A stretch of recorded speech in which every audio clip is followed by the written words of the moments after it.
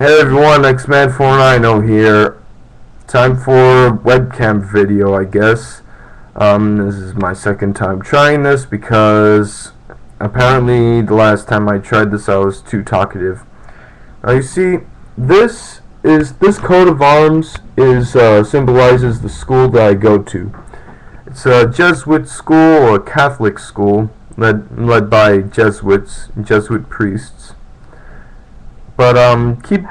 However, they like to instead of like say fundamentalism, it's more of a liberal arts school. That's what it is. Um, Basically, it's like an intellectual school. Like classes include philosophy. Um, there's like every year there's a history class, which I actually don't like because that's my worst subject. I mean, really, I don't know if it's the same for you, but studying 100 facts to have 40 of them in a test, that's not my thing. Oh well. But what was I gonna say? Yeah, and this whole thing about me not knowing what to say. It's probably gonna have people, like rating this 1 star down there or wherever it is. And by the way, this ring I'm wearing is the senior ring from my school.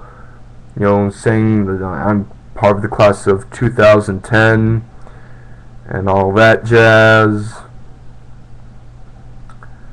But yeah, this video is probably still gonna be like rated, I don't know, 3.5 stars or 4 stars at the most. But but then there's probably gonna be like my 5 fans who are gonna, like, 1 or 2 of them are gonna vote this 5 stars. But whatever. But the thing that I'm really talking about here is how, like, in The Amazing Atheist mentioned this video about the educational system of Texas that may change to to a fundamentalist Christian standard of teaching in this year of 2010, by even possibly by May. And you see, that sort of education can affect people greatly. You see, I have this sort of idea that what affects a person in their first 10 years of life always affects their adulthood. I mean, there's pretty much no idea that obviously does, according to psychologists and such. Like, say your father beats you, or you failed something really important, I guess, like say if you're my age, like 18 or something, and you apply to, say, a community college and then Ivy League school, and you're just about enough to get to that Ivy League school, and you fail to get to there, and you end up in a community college, and you aren't that successful or something, or maybe it gives you the incentive to work harder and then get to that Ivy League school, or another kind of good school. You know what I mean? Well, maybe you don't. I don't know. I don't know much either. It's like how Aristotle said. He doesn't know much. He barely knows anything. And you think, hey, well, you don't know if God exists or not, and you don't know. Emphasis on the word no. You can guess. You can have faith and all that. But the thing is that with like, children are greatly affected by their education if they're taught by both their parents and by their school with these uptight Christian attitude, which is a lot like, say, the uptight Muslim attitude that, say, I don't know, Pakistani kids, well, some of them, I guess, or like one of those Irani kids, or um, maybe Chinese, I don't know, but you see, when children are taught that sort of like tribal attitude, as I guess some YouTubers may call it, tribal attitude, the now cause them to become uptight adults, possibly aggressive, or possibly like not really aggressive, like physically, but mentally or socially.